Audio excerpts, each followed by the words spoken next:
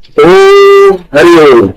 सर्वे भवन्तु सुखिनः, सर्वे सन्तु निरामयाः, सर्वे भद्राणि पश्यन्तु मा कश्चित् दुःखभाग् भवेत्। सभी सुखी रहे, सभी निरोगी रहे, सबका कल्याण हो, इस सदिच्छा के साथ एक बार फिर आपके साथ समय के साथ साथ कुछ चीजें अपडेट होना जरूरी है, कुछ जानकारी या कुछ चीजें तो वीडियो एक बार फिर आपके साथ। जी हाँ, ये सीरीज एक विशेष विषय को लेकर के है। बहरहाल अभी 15 अप्रैल से करीब करीब 15 मई, बल्कि कह सकते हैं कि 31 मई 1 जून तक कुछ ग्रहों का परिवर्तन जबरदस्त हो रहा है। और उसी सिलसिले में आने वाले 16 मई के करीब शनि देव जो है मीन राशि में गोचर कर रहे हैं गुरुदेव की, और गुरुदेव की मीन राशि में शनि देव गोचर कर रहे हैं। लेकिन फिलहाल तो वो उनके अपने नक्षत्र में उत्तरा फाल्गुनी में कर रहे हैं। उसके बाद वह शिफ्ट हो जाएंगे रेवती नक्षत्र। जी हाँ, रेवती नक्षत्र होता है बुध का। यद्यपि ये बात सही है कि मीन राशि बुध की नीच राशि होती है, और फिलहाल कुछ समय तक बुध भी शनि के साथ थे। 5 या 6 मई करीब करीब बुध जो है मीन राशि से निकल के मेष में गए हैं, चल रहे थे, मेष में जा चुके हैं। मेष राशि में फिलहाल सूर्य भगवान भी है मेष नक्षत्र में, बुध भी प्रवेश कर चुके हैं, और साथ ही साथ में सूर्य की उच्च राशि है, और मंगल देवता भी 11 मई आज वो भी मेष राशि में प्रवेश कर चुके हैं। तो जो मीन राशि में ग्रहों का ताका लगा हुआ था, बुध का, शनि का, मंगल का, सूर्य का, वो जो बन रहा था वो धीरे धीरे समाप्त हो रहा है। लेकिन 31 मई को गुरुदेव बृहस्पति अपनी राशि जो वर्तमान मिथुन राशि है उससे निकल करके सीधे कर्क राशि में जा रहे हैं। कर्क राशि में प्रवेश कर रहे हैं, और वह उनकी अपनी उच्च राशि है। नक्षत्र भी पुनर्वसु होगा। बहरहाल मिथुन राशि में भी पुनर्वसु नक्षत्र होता है, लेकिन 3 चरण, चौथा चरण कर्क राशि में चले जाता है। तो कर्क राशि में जैसे ही प्रवेश करेंगे, राशि कर्क उच्च राशि और नक्षत्र उनका अपना पुनर्वसु नक्षत्र बहुत रहस्यमय नक्षत्र है, बहुत परिवर्तनकारी नक्षत्र है। जी हाँ, पुनर्वसु, फिर से वास कराना, रिकंस्ट्रक्शन करना, रीडेवलपमेंट करना, ये नक्षत्र की विशेषता पुनर्वसु की मिलती है। उसमें गुरुदेव बृहस्पति प्रवेश करेंगे, तो बृहस्पति का कर्क राशि में अपने नक्षत्र में प्रवेश करना, शनि देव का गुरुदेव की मीन राशि में रहना, और साथ ही साथ बुध के नक्षत्र रेवती में होना, इन सब घटनाओं के चलते बहुत बड़ा परिवर्तन देश से लेके 12 राशियों पर होने वाला है। इन 12 राशियों पर होने वाले परिवर्तन को लेकर के ये वीडियो बनाया जा रहा है। तो ये वीडियो की शुरुआत है, थोड़ा सा आपको एक उसका आइडिया दिया है कि हम क्या करने वाले हैं इस वीडियो के अंदर। तो जी हाँ, इसमें 12 राशियों की 12 अलग अलग पार्ट होके बनेगा वीडियो पूरा, लेकिन हर राशि का एक अलग पार्ट होगा। जिनकी जो राशि हो वह अपनी उस राशि पे जाके देख सकता है इस समय पे क्या बदलाव होने वाला है, क्या संभावनाएं है, और आप किस प्रकार अपने आप को संतुलित रख सकते हैं, या यूं कहे कि यदि समय अच्छा है तो किस प्रकार उस समय को भुला सकते हैं, उसको पेश कर सकते हैं, उसको प्रतिफल कर सकते हैं, और यदि समय विपरीत है तो किस प्रकार सावधानी रख सकते हैं, किस प्रकार सुरक्षा बढ़ा सकते हैं, किस प्रकार से अपने आप को सेफ कर सकते हैं। दोनों ही बातें इसमें है, क्योंकि कुछ राशियों के लिए जहां बहुत बेहतर होगा, कुछ को सोचा रहेगा, और कुछ को शायद ज्यादा भी हो। ये ग्रहों का अपना मिजाज होता है, वो किसी के नहीं होते, वो जहां जिस राशि में जिस नक्षत्र होते हैं, जहां देख रहे होते हैं, उनके जो नियम है उनके हिसाब से वो चलते हैं। न किसी के मित्र होते हैं, किसी के शत्रु होते हैं, वो निरंतर अपना काम करते हैं। तो चलिए, ये वीडियो का मंजूर हो गया। अब हम शुरू करते हैं अपने ग्रहों के प्रभाव के हिसाब से राशियों का वर्णन। जी हाँ, अगर हम सबसे पहले बात करें 12 राशियों में, सबसे पहली और सबसे जरूरी पहली राशि होती है मेष राशि। मेष राशि काल पुरुष कुंडली में भी होती है। काल पुरुष कुंडली में शनि का बड़ा महत्व है। क्यों है? क्योंकि शनि ही वह ग्रह है दशक का भी अधिपति है, एकादश का भी अधिपति है। मकर राशि में शनि की है, शुक्र राशि में शनि की है। शनि ही कर्म प्रधान है, शनि ही कर्म कराता है, शनि ही प्राप्ति भी कराता है काल पुरुष कुंडली में। और काल पुरुष कुंडली मतलब सभी लोगों की कुंडली आ जाती है, क्योंकि वो सभी के लिए होती है। इसका मतलब ये हुआ शनि देव कर्म करा करके फल देने वाले हैं, प्राप्ति कराने वाले हैं, लाभ देने वाले हैं। पहले सितोड़ना, उसके बाद फिर फैलाना, ये है मकर राशि और कुंभ राशि का अपना महत्व है। और वही मेष राशि के लिए क्या करेंगे वह देखते हैं, क्योंकि काल पुरुष कुंडली से गुरु की राशि बीज राशि 12वीं होती है, जो मोक्षदायी होती है, जो निवृत्ति की होती है, जो फ्री करने वाली होती है। 12वां भाव जहाँ खर्चे का होता है, जहाँ भोग का होता है, तैयार तुक का होता है, बाहरी क्षेत्रों का होता है, विदेशों का होता है, दादा दादी का होता है, और साथ साथ रिहाई का होता है, मुक्ति का होता है। जी हाँ, इसके कई अर्थों के साथ 12वां भाव होता है और मीन राशि 12वें भाव में काल पुरुष की होती है। वही उसकी दूसरी जो मूल त्रिकोण राशि गुरु की धनु राशि है, वह आती है नवम भाव में, काल पुरुष कुंडली। नवम भाव मतलब भाग्य, तो भाग्य और मुक्ति, भाग्य में मुक्ति लिखी है, क्या प्रारब्ध क्या है, आपके कर्म क्या है, वो बताता है गुरु, और शनि बताता है कर्म। शनि भगवान के कारण कर्म और गुरु के कारण मुक्ति। शनि कर्म कराते हैं, गुरु मुक्ति देते हैं। कहते हैं गुरु विद ज्ञान अधूरा, गुरु गोविंद बड़े काके लागू पाए, बलहरी गुरु आपके गोविंद जियो बताए। तो गुरु का महत्व, जी हाँ, बहुत ही महत्वपूर्ण ग्रह है। नौ ग्रहों के अंदर दोनों का अपना महत्व है, और यही दोनों ग्रहों की आपस की योग संयोग बन रहे हैं। गुरु अपनी उच्च राशि में और शनि गुरु की राशि में जहाँ बैठ रहे हैं, इससे क्या क्या होने वाला है। काल पुरुष कुंडली में मेष वृषभ मिथुन राशि तीसरे भाव पर पड़ती है। तीसरा भाव सहोदर का भाव, भाई बहन का भाव, पड़ोसी का भाव, यात्रा का भाव, कर्म का भाव, काम करने के लिए प्रेरणा देने वाला, अपनी बाजू अपना हाथ। जी हाँ, और छोटी छोटी आपकी यात्राएं भी इसमें काउंट होती है।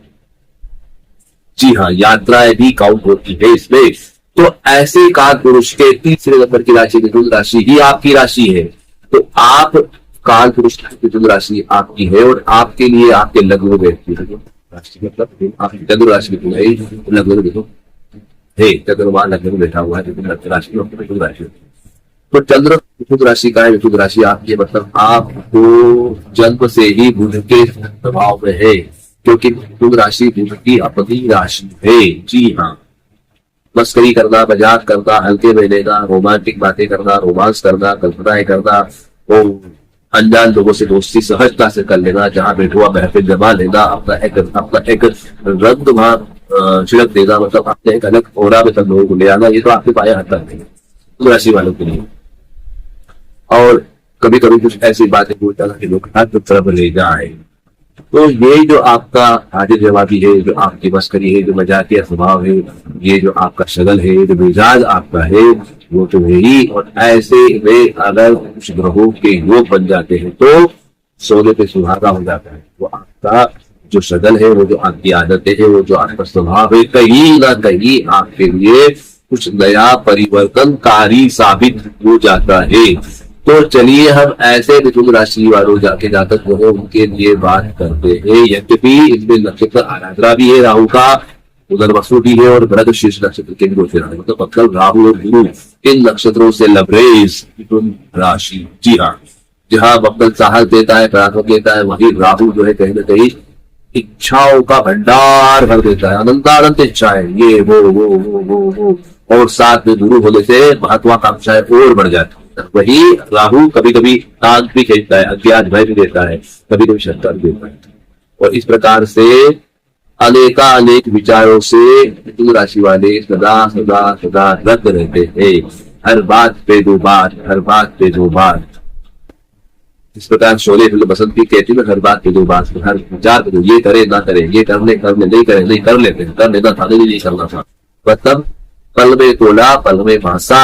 तो ऐसे द्विस्वभाव वाली राशि मिथुन राशि के लिए जब शनि देव उनके ही राशि स्वामी बुध के नक्षत्र से गोचर करेंगे 16 मई के बाद, तब क्या होगा। और साथ ही साथ 31 मई के बाद गुरुदेव बृहस्पति अपनी उच्च राशि कर्क राशि से पुनर्वसु नक्षत्र से गोचर करेंगे, तब क्या होगा। क्योंकि कर्क राशि में भी बुध के नक्षत्र आश्लेषा आते हैं। पुनर्वसु का 1 चरण, पुष्य के 4, आश्लेषा के 4, ऐसे कर्क राशि बनती है। तो कर्क राशि में गुरु के, शनि के, बुध के नक्षत्र होते हैं, मतलब आपके बुध के नक्षत्र राशि स्वामी नक्षत्र कर्क राशि में है। और मीन राशि यद्यपि बुध की नीच राशि है, पर नक्षत्र बुध के है, बुध के नक्षत्र से गोचर कर रहे हैं। जब फलादेश को करीबी से जानना पड़ता है, तो सटीकता के साथ कुछ एक्यूरेसी के लिए जाना पड़ता है, तो हमें नक्षत्रों में प्रवेश करना पड़ता है। जैसे इन डिटेल जानने के माइक्रोस्कोप लगाते हैं और बारीक बड़ा करके देखने के लिए और बड़ा करके देखने के लिए, ठीक उसी तरह एक्यूरेसी के लिए और सटीक फलितों की जानने के लिए हमको नक्षत्रों में प्रवेश करना पड़ता है। राशि स्वामी राशि का काम करता है, लेकिन वो पूरी राशि का कवर करता है। जो नक्षत्र होते हैं उनके अलग अलग पार्ट होते हैं, तो जब चंद्रमा या कोई जो है उस नक्षत्र से पर्टिकुलर गुजरता है तो नक्षत्र का जो स्वभाव है और जो चंद्रमा का नक्षत्र है, उन दोनों नक्षत्रों में क्या पॉपुलेशन बनता है, क्या प्लस माइनस होता है, उनका क्या आपस में व्यवहार है, आपकी बर्थ चार्ट के हिसाब से अच्छा बुरा ठीक उसी प्रकार से उसका फल भी मिलता है। तो शनि देव बुध के नक्षत्र रेवती से जब गोचर करेंगे और गुरुदेव बृहस्पति कर्क राशि से गोचर करेंगे, तो आपकी मिथुन राशि पे क्या प्रभाव पड़ेगा, चलिए जानते हैं अब। जी हाँ, मिथुन राशि के लिए मीन राशि कहाँ आएगी? मिथुन, कर्क, सिंह, कन्या, तुला, वृश्चिक, धनु, मकर, कुंभ और मीन पूरी दशम भाव में जाएगी। मिथुन, कर्क, सिंह, कन्या, तुला, वृश्चिक, धनु, मकर, कुंभ और मीन 10वीं राशि हो जाएगी। 10वीं राशि 10वें भाव से गोचर कर रहे हैं शनिदेव बुध के नक्षत्र में 16 मई से। अब दशम भाव से करेंगे, स्वाभाविक सी बात है, जहाँ शनि का कार्य मूल क्या है, जहाँ बैठते उसको फैलाते हैं, फैलाना है ना, उनको सिकोड़ना भी है, फैलाना भी है, पर पहले सिकोड़ना फिर फैलाना, पहले सिकोड़ना फिर फैलाना। तो जब ये स्थिति बनेगी तो वहां फैला देंगे तो किसको फैलाएंगे? आपके दशम को, आपके पिता, आपके राज्य, आपके कर्मों को।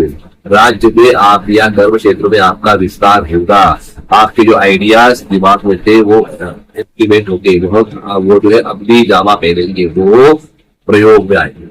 छुपी हुई जो इच्छाएं, छुपे हुए आइडियाज जिसपे आप काम नहीं कर पा रहे थे वो आप काम कर पाओगे। आपके आइडियाज, आपके विचार, आपका कार्य क्षेत्र का विस्तार होगा। और इसमें फिर वही बुध का गुट रहेगा। कन्याएं, किशोर, बालक बालिकाएं, अपने ऊपर से कम लोगों का साथ रहेगा, वह उनका साथ के साथ मिलकर के प्लान करके बात करेंगे, या कहीं ना कहीं कोई नया एम्प्लॉय आपके आ सकता है, कोई नया फ्रेंड बन सकता है, या कोई पुराना फ्रेंड जो है वो आपको कंसल्ट कर सकता है काम। तो ये तो ही बात दशम भाव से, राज्य से, कर्म से हो गई, कर्म में जाएगा। लेकिन अब गुरुदेव बृहस्पति के हिसाब से हम क्या करें? गुरुदेव बृहस्पति को यदि हम देखें तो मिथुन के बाद कर्क राशि, अभी गोचर में गुरुदेव बृहस्पति मिथुन लग्न से ही चल रहे हैं। मिथुन लग्न से जब गुरु गोचर करते हैं तो व्यक्ति को भाग मिलता है, मिलती है, सभी काम होते हैं। और पंचम सप्तम नौ दृष्टि से संतान से भी कुछ अपेक्षाकृत मिलता है, अच्छा थोड़ा बहुत चल रहा है, लगता है कि अच्छा हो रहा है तो आगे हो जाएगा। सप्तम से, पत्नी से भी, भाग्य से भी आपको जो है पॉजिटिविटी फील होती है, बलिष्ठ दूसरे समय के, कुछ राहत है, कुछ अच्छा है, या किसी को ज्यादा भी अच्छा है। तो ये तो भी बात लगभग कुछ, लेकिन वही जब गुरु शिफ्ट होकर सेकंड हाउस में, कर्क में जब जाएंगे तो वो अपनी उच्च राशि में जा रहे हैं, हम नक्षत्र जा रहे हैं। लेकिन अब देखिए, यही बता रहे थे नक्षत्र का कि जब ये गुरु कर्क में शिफ्ट होंगे तो आपकी मिथुन राशि में भी नक्षत्र पुनर्वसु आते हैं और कर्क में भी आते हैं। पुनर्वसु नक्षत्र के 3 चरण मिथुन राशि में होते हैं, पहला, दूसरा, तीसरा और चौथा चरण जो है कर्क में जाता है। अब यहाँ राशि परिवर्तन तो हो रहा है, उनका राशि परिवर्तन तो हो रहा है, राशि बदल रही है, चंद्रमा की राशि कर्क उच्च के हो रहे हैं, पर नक्षत्र उनका पुनर्वसु, वही नक्षत्र जो मिथुन में भी है, मिथुन से चलते आ रहे हैं। तो अब यहाँ परिवर्तन बहुत बारीकी से हो जाएगा।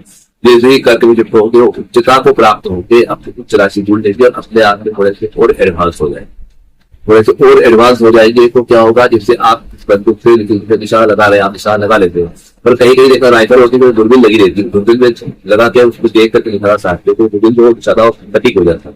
तो ये इस तरह दूरबीन लग जाएगी, बंदूक को ये रिवॉल्वर का बाकी दूरबीन लग जाएगा और आपका विजन क्लियर हो जाएगा, आपकी जो स्पष्ट हो जाएगी उन का जो उच्चतम प्रभाव, जो और अधिक गुणवत्ता उनकी जो है, जो प्योरिटी है, जो उनका जो रियल जो पावर है, वो अलग प्रकार से काम करेगा। कर्क राशि को लेकर, उच्च राशि को लेकर के सेकेंड हाउस में होने से सबसे बड़ी बात, सेकेंड हाउस में होने से सबसे बड़ी और सबसे पहली बात, जैसे बताया कि सेकेंड हाउस, दूसरा घर जो होता है वो आपका मुख होता है, आपका मृदु होता है, आपका चेहरा होता है, आपका तेज होता है, आपका ओज होता है, साथ ही साथ वो होता है आपकी इच्छा होती है, आपकी आकांक्षा होती है, आपकी तमन्ना होती है, आपके ख्वाब होते हैं, बड़े बड़े ख्वाब, आपकी आंखें होती हैं।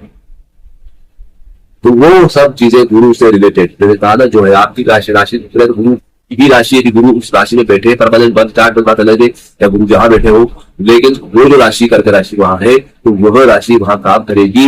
और साथ ही साथ उस राशि में बैठे नक्षत्र जो है पुनर्वसु, पुष्ट और आद्यशा, गुरु, शनि और बुध, ये नक्षत्र काम करेंगे। तो स्वामी आपकी कुंडली में बर्थ चार्ट जहां बैठे होंगे वो काम करेंगे, वो एक अलग मैटर है। फिलहाल हम जो अभी की बात कर रहे हैं तो गुरुदेव बृहस्पति पुनर्वसु नक्षत्र में जाएंगे। 101% आपकी महत्वाकांक्षाएं बढ़ जाएंगी, आपकी इच्छाएं बढ़ जाएंगी, आपके अरमान आसमान छुएंगे कि ये करना है, वो करना है, वो कर लूं, वो कर लूं। या जो चीजें अभी आप सोच रहे थे वो और ज्यादा मात्रा बढ़ेगी। तो लग्न से गुरु जा रहे हैं, नक्षत्र पुनर्वसु है, मतलब इच्छा हो तो अभी हो चुकी है तैयार, चिंगारी लग चुकी है, आग जल चुकी है, उस चिंगारी को शोला बनाने वाले, मतलब आपकी इच्छाओं का बड़ा करना, उनको बड़ा करना और उसके लिए एफर्ट करना। आपकी इच्छाएं बढ़ जाएगी, आपकी महत्वाकांक्षाएं बढ़ जाएगी, आप बड़े बड़े काम करने के लिए रहेंगे, बड़े प्रोजेक्ट लेने को जाएंगे, बड़े प्रोजेक्ट आपके हाथ में आ भी सकते हैं और आपके काम का विस्तार हो सकता है। आपका लोभ बढ़ने वाला है, आपका लालच बढ़ने वाला है, आपकी धन की स्थिति बढ़ने वाली है, आपका बैंक बैलेंस बढ़ा सकते हैं, आपका रोटेशन जो है जो लिक्विड है वो बढ़ सकता है, उनका वो पैसा मिल सकता है, नए कर्जे भी हो सकते हैं, नए फाइनेंशियल भी आपकी ग्रोथ हो सकती है।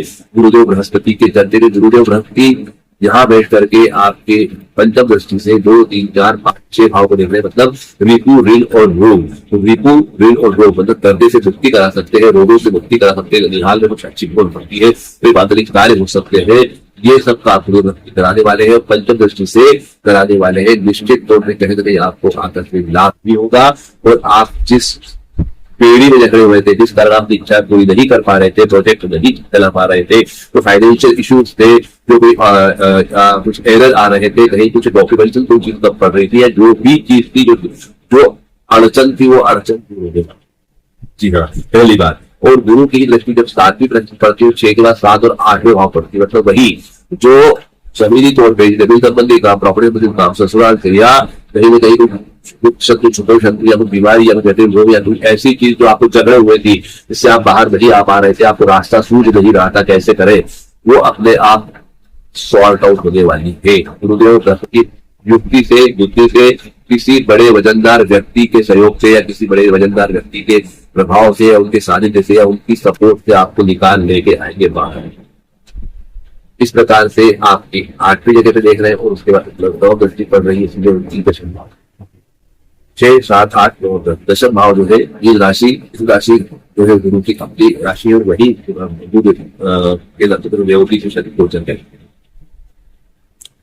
तो दशम भाव पड़ेगी, दशम मतलब कर्म को बढ़ा करके, कर्म का विस्तार करके, आपके परिश्रम को बढ़ा करके, आपके एफर्ट को बढ़ा करके, या यूं भी कह सकते हैं कि जो आपने अब तक एफर्ट करे थे, बहुत अच्छे करे थे, काम अच्छा करा था, परिश्रम अच्छा करा था, सब अच्छा होने के बाद भी कहीं कुछ चीज रुक गई थी, फाइल रुक गई थी, कुछ डॉक्यूमेंटेशन कम पड़ गए थे और वो डॉक्यूमेंटेशन आप पूरा करके उस फाइल को रैपिडली आगे बढ़ा सकते हैं। अप्रूव और मतलब ये काम फटाफट चलाने वाले और आगे बढ़ाने वाले। आपका पूर्व किया हुआ कर्म या पूर्व किए हुए पुण्य जो अर्जित पुण्य है वो यथा फल देने वाले साबित होंगे गुरु की दृष्टि।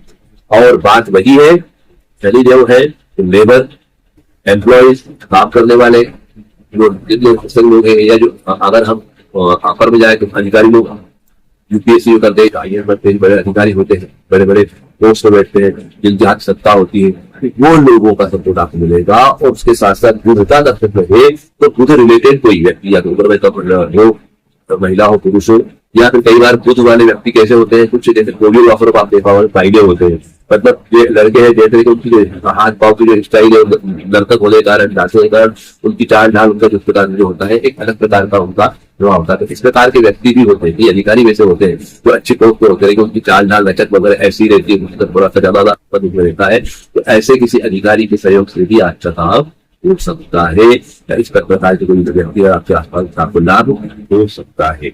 यह बात आपकी मिथुन राशि वालों के लिए बैठती है।